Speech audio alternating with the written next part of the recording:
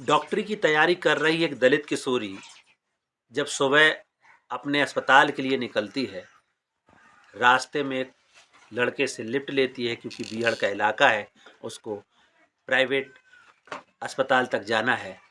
बहुत दूर पैदल चल के जाना पड़ता, कोई साधन नहीं चलता, तो उसने एक मोटरसाइकिल से लिफ्ट ले ली।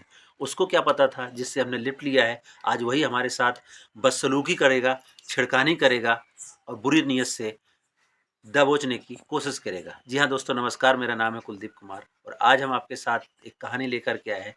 ये कहानी एक दलित किशोरी के साथ घटी घटना की है।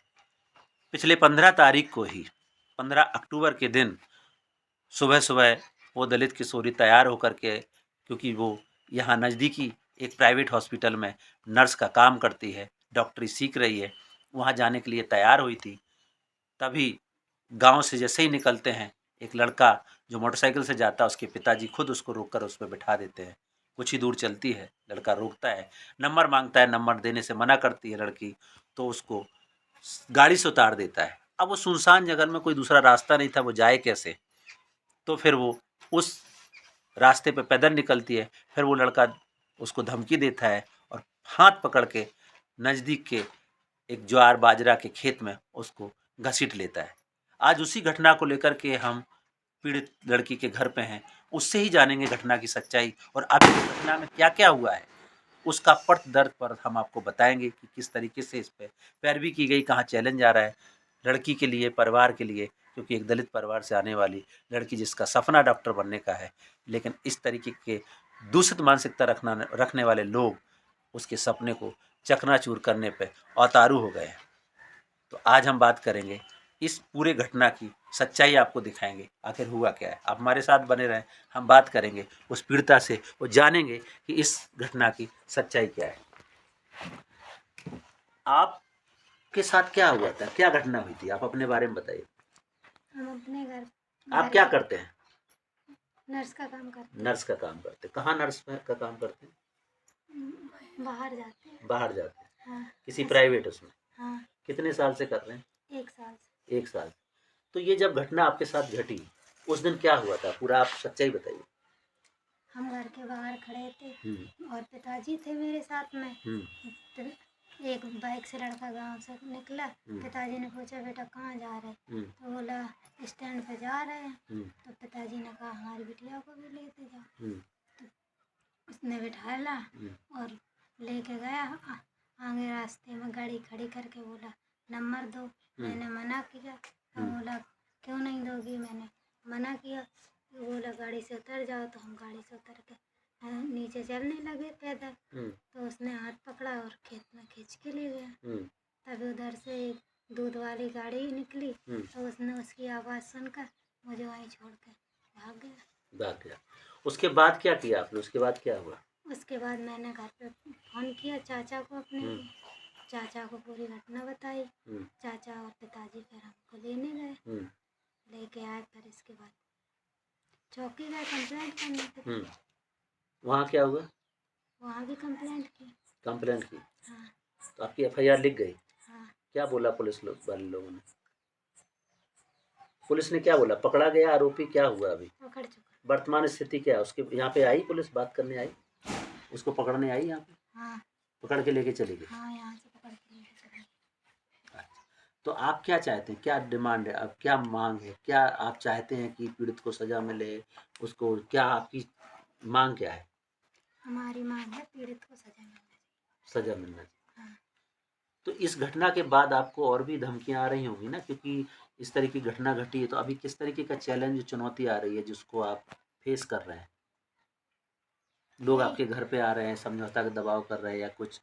अभी हमें मालूम चला कि आपके घर वाले, आप लोग बता रहे हैं कि पढ़ाई नहीं हो पाएगी, आप भी उस चिंता में हैं।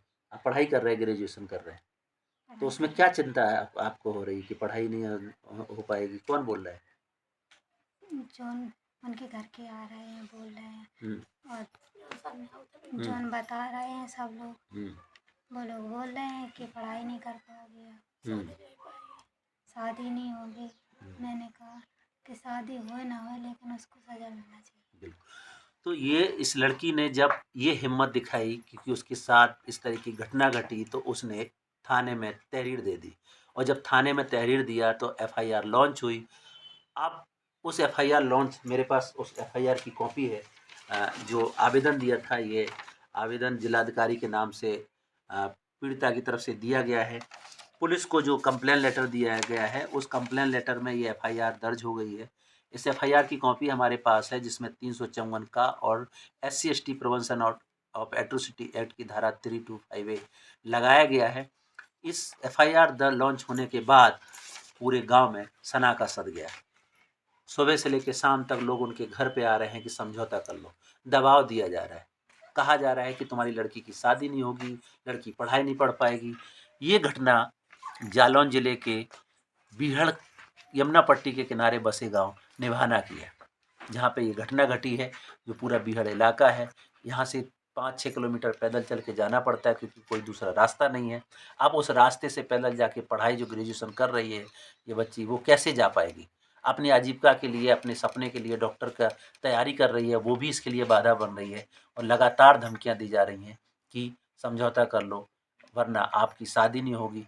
लेकिन मैं इसकी हिम्मत को दाग दूंगा कि कम से कम उसने पढ़ाई और बाबा साहब अम्बेडकर के उस संविधान और कानून को ध्यान में रखते हुए अपने साथ हुई छेड़खानी की रिपोर्ट दर्ज कराई है। और उस रिपोर्ट की कॉपी आप जो देख रहे हैं वो हमारे सामने है। लेकिन अभी इसके सामने चुनौती वही है कि जो धमकियां दिया जा रहा है उसमें इसको सपोर्ट करने की ज़रूरत है। मैं अधिकारियों से अपील करना चाहूँगा, खासतौर से वरिष्ठ पुलिस अधीक्षक और तमाम लोगों से, कि इस घटना का संज्ञान लें। बच्ची की पढ़ाई का सवाल है, उसकी आजीविका का सवाल है, उसके सपनों का सवाल है। उसको मदद करने की ज़रूरत है ताकि उसकी पढ़ाई ना छूटे। उसके साथ जिसने भी इस तरह की घटना किया है, हालांकि पुलिस ने सक्रियता दिखाते हुए आरोपी को पकड़ के जेल भेज दिया है, लेकिन पीड़िता न्याय मांगती है, और वो भी सम्मानपूर्वक न्याय। मैं इस घटना को लेकर के उनकी पीड़ित की माँ है, उनसे बात करेंगे। आप इधर आ जाइए, इधर आ जाइए, यहाँ बैठो। ये बच्ची की माँ है। आपका नाम क्या है? मीना। मीना। आप बताइए क्या हुआ था? वही तो लड़की को छेड़खानी करी रास्ते में, तो घर पे फोन करो, हमने बुलाया के रिपोर्ट कर पहुंचाया। रिपोर्ट करनी पड़ी। हाँ। तो उसके बाद क्या हुआ?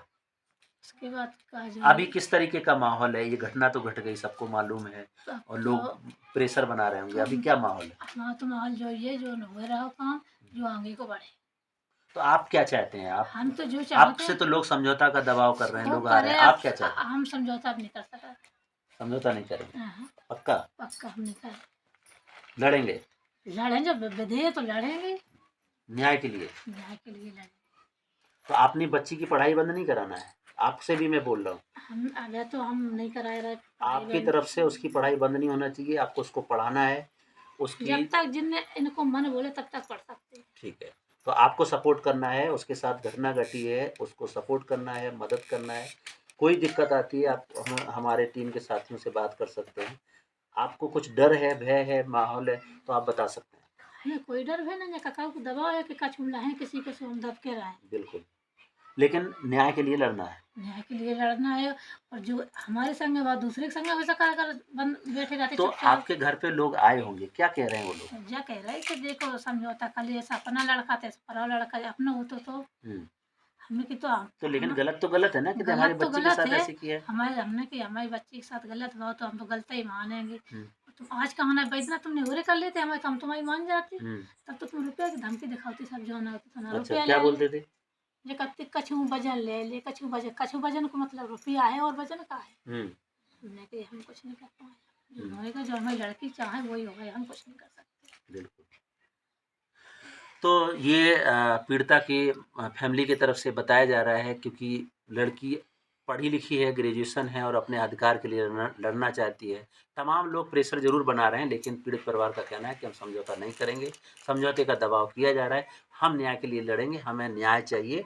हमारी बेटी के साथ जो छीना झपटी छेड़खानी की गई है, उसको सज़ा मिलनी ही चाहिए। और ये सज़ा ही नहीं, हमें सम्मानपूर्वक न्याय मिलना चाहिए, जिसके लिए एक पीड़िता और उसका फैमिली संघर्ष कर रही है। आज की कहानी में इतना ही, कल फिर मिलेंगे। तब तक के लिए नमस्कार, जय भीम, जय समला।